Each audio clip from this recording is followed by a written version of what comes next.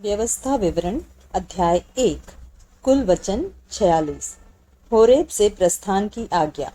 जो बातें मूसा ने यर्दन के पार जंगल में अर्थात सूप के सामने के अराबा में और पारान और तोपेल के बीच और लाबान हसेरोत और दीजाहाब में सारे इसराइलियों से कही वे ये हैं। होरेब में कादेश बरने तक सेईर पहाड़ का मार्ग 11 दिन का है। 40वें वर्ष के 11वें महीने के पहले दिन को जो कुछ यहोवा ने मूसा को इसराइलियों से कहने की आज्ञा दी थी, उसके अनुसार मूसा उनसे ये बातें कहने लगा। अर्थात जब मूसा ने एमोरियों के राजा हेशबोनवासी सीहोन और बाशान के राजा अश्तारोतवासी ओग को एद्रेई में मार डाला, उसके बाद यर्दन के पार मुआब देश में वह व्यवस्था का विवरण यूं करने लगा। हमारे परमेश्वर यहोवा ने होरेब के पास हमसे कहा था, तुम लोगों को इस पहाड़ के पास रहते हुए बहुत दिन हो गए हैं, इसलिए अब यहाँ से कूच करो और एमोरियों के पहाड़ी देश को, और क्या अराबा में, क्या पहाड़ों में, क्या नीचे के देश में, क्या दक्षिण देश में, क्या समुद्र के किनारे, जितने लोग एमोरियों के पास रहते हैं उनके देश को, अर्थात लबानोन पर्वत तक और परात नामक महानद तक रहने वाले कनानियों के देश को भी चले जाओ। सुनो, मैं उस देश को तुम्हारे सामने किए देता हूँ, जिस देश के विषय यहोवा ने अब्राहम, इसहाक और याकूब तुम्हारे पितरों से शपथ खाकर कहा था कि मैं इसे तुमको और तुम्हारे बाद तुम्हारे वंश को दूंगा। उसको अब जाकर अपने अधिकार में कर लो। मूसा द्वारा न्यायियों की नियुक्ति।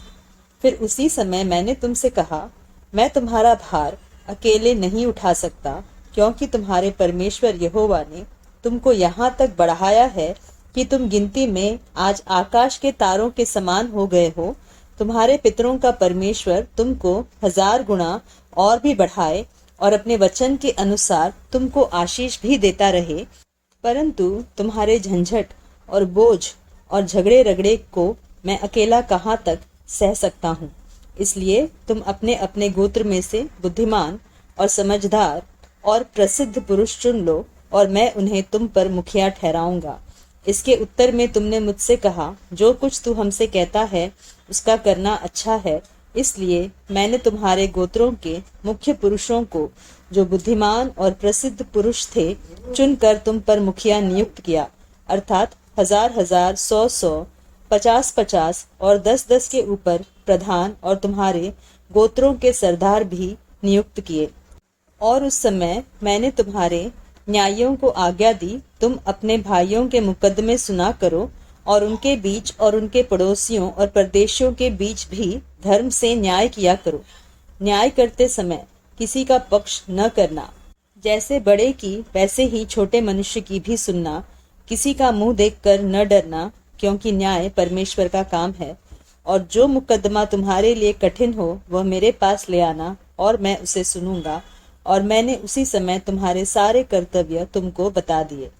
भेदियों का भेजा जाना।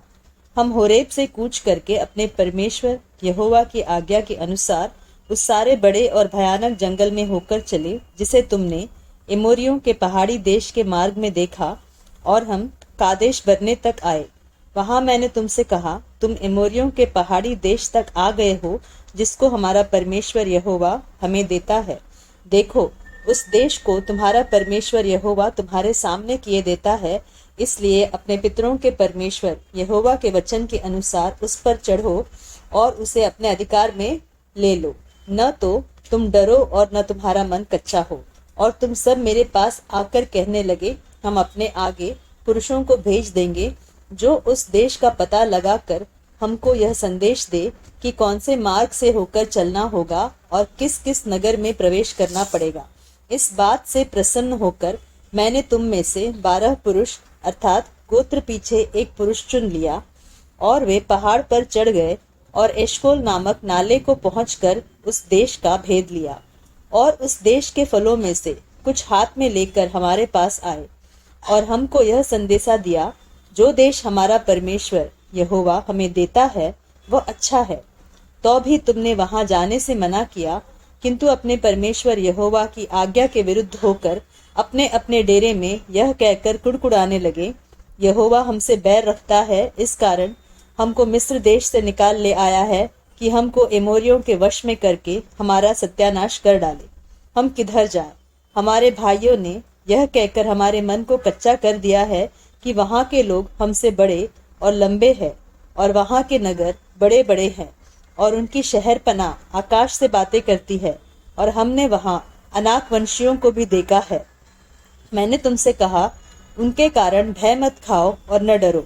तुम्हारा परमेश्वर यहोवा जो तुम्हारे आगे आगे चलता है, वह आप तुम्हारी ओर से लड़ेगा, जैसे कि उसने मिस्र में तुम्हारे देखते तुम्हारे लिए किया। फिर तुमने जंगल में भी देखा कि जिस रीति कोई पुरुष अपने पुत्र को उठाए चलता है, उसी रीति हमारा परमेश्वर यहोवा हमको इस स्थान पर पहुंचने तक उस सारे मार्ग में जिससे हम आए हैं उठाए रहा।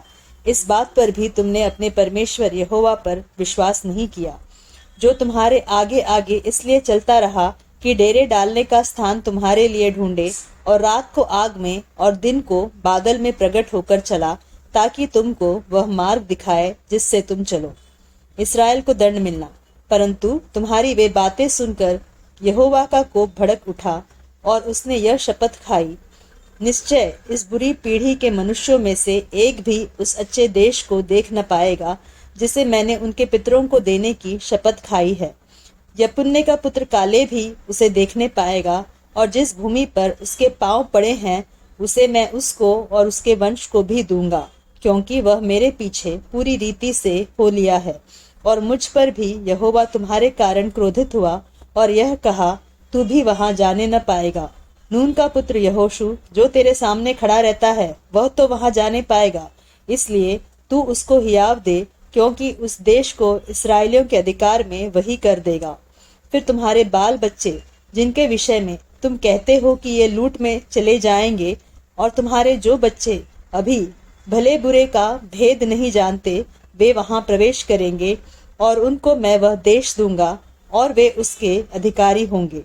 परंतु तुम लोग घूम कर कूच करो और लाल समुद्र के मार्ग से जंगल की ओर जाओ। तब तुमने मुझसे कहा, हमने यहोवा के विरुद्ध पाप किया है। अब हम अपने परमेश्वर यहोवा की आज्ञा के अनुसार चढ़ाई करेंगे और लड़ेंगे। तब तुम अपने अपने हथियार बांधकर पहाड़ पर बिना सोचे समझे चढ़ने को तैयार हो गए। तब यहोवा ने मुझसे कहा, उनसे कह दे कि तुम मत चढ़ो और न लड़ो, क्योंकि मैं तुम्हारे मध्य में नहीं हूँ। कहीं ऐसा न हो कि तुम अपने शत्रुओं से हार जाओ। यह बात मैंने तुमसे कह दी, परंतु तुमने न मानी, किंतु ढिठाई से यहोवा की आज्ञा का उल्लंघन करके पहाड़ पर चढ़ गए। तब उस पहाड़ के निवासी एमोरियों ने तुम्हारा सामना करने को निकलकर मधुमक्खियों के समान तुम्हारा पीछा किया, और सेईर देश के होर्मा तक तुम्हें मारते मारते चले आए।